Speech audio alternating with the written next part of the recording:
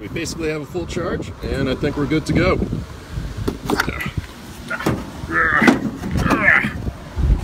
Go, I'm driving. What? I'm driving. I want to drive, man.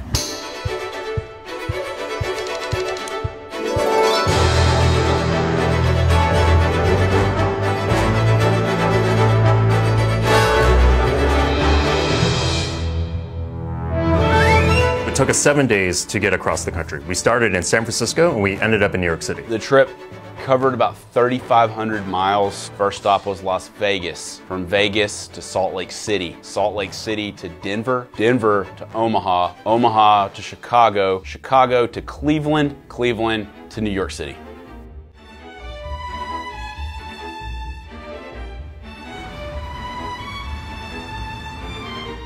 This is the Tesla Model X, and this thing is fresh off the assembly line. Seeing the car for the first time and then getting into the car for the first time, I just felt like a baller. You know, I felt like I'm never gonna top that experience ever again in my life. This is a car unlike any that I've ever driven in my entire life. Okay, my first car was an '89 Ford Bronco. Normally when you're on a road trip, you can just pull over at a BP station or a Shell station and fill up.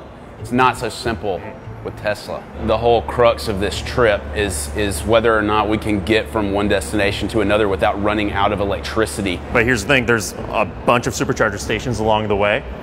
This Tesla will guide us to each of them whenever we need it. Let's hit the road, man. Let's do it. Okay, all right. Navigate to Las Vegas, Nevada.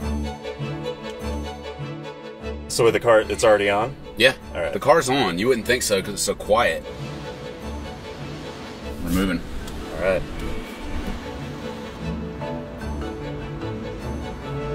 Right on Franklin Street.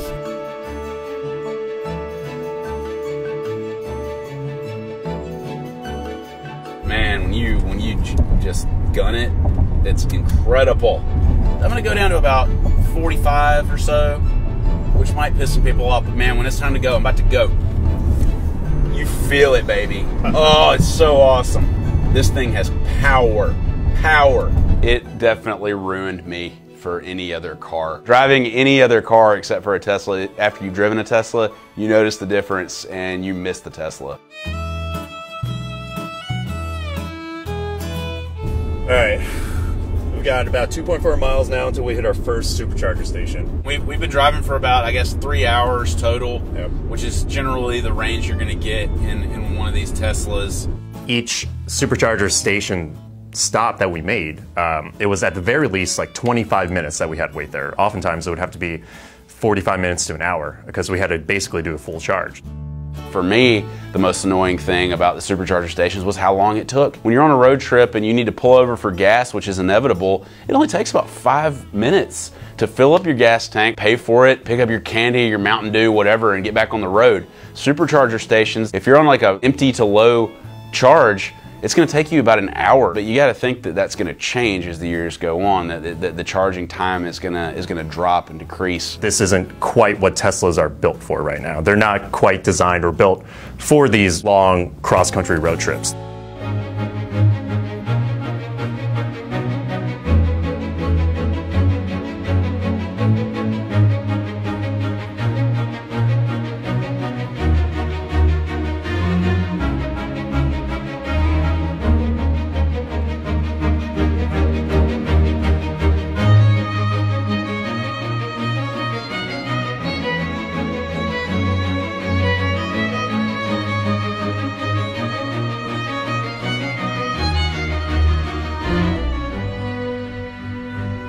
When we pulled into New York, I was ready to turn around and take it back to San Francisco. I feel like we learned a lot along the way about how to best optimize our time and the performance of the vehicle during the trip. Next time, I would make my destinations 4 hours away from where I started in the morning instead of 8 hours. You take 8 hours plus the 2 or 3 hours of charging, and that's 11 hours in the car. Now what?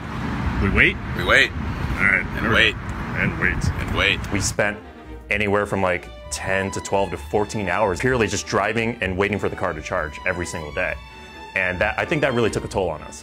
Graham thinks it's a good idea to walk that way. Dude, I'm not walking to that. I'm going this way. Would I do this road trip again? I would. Would I do it with Graham again? Sure.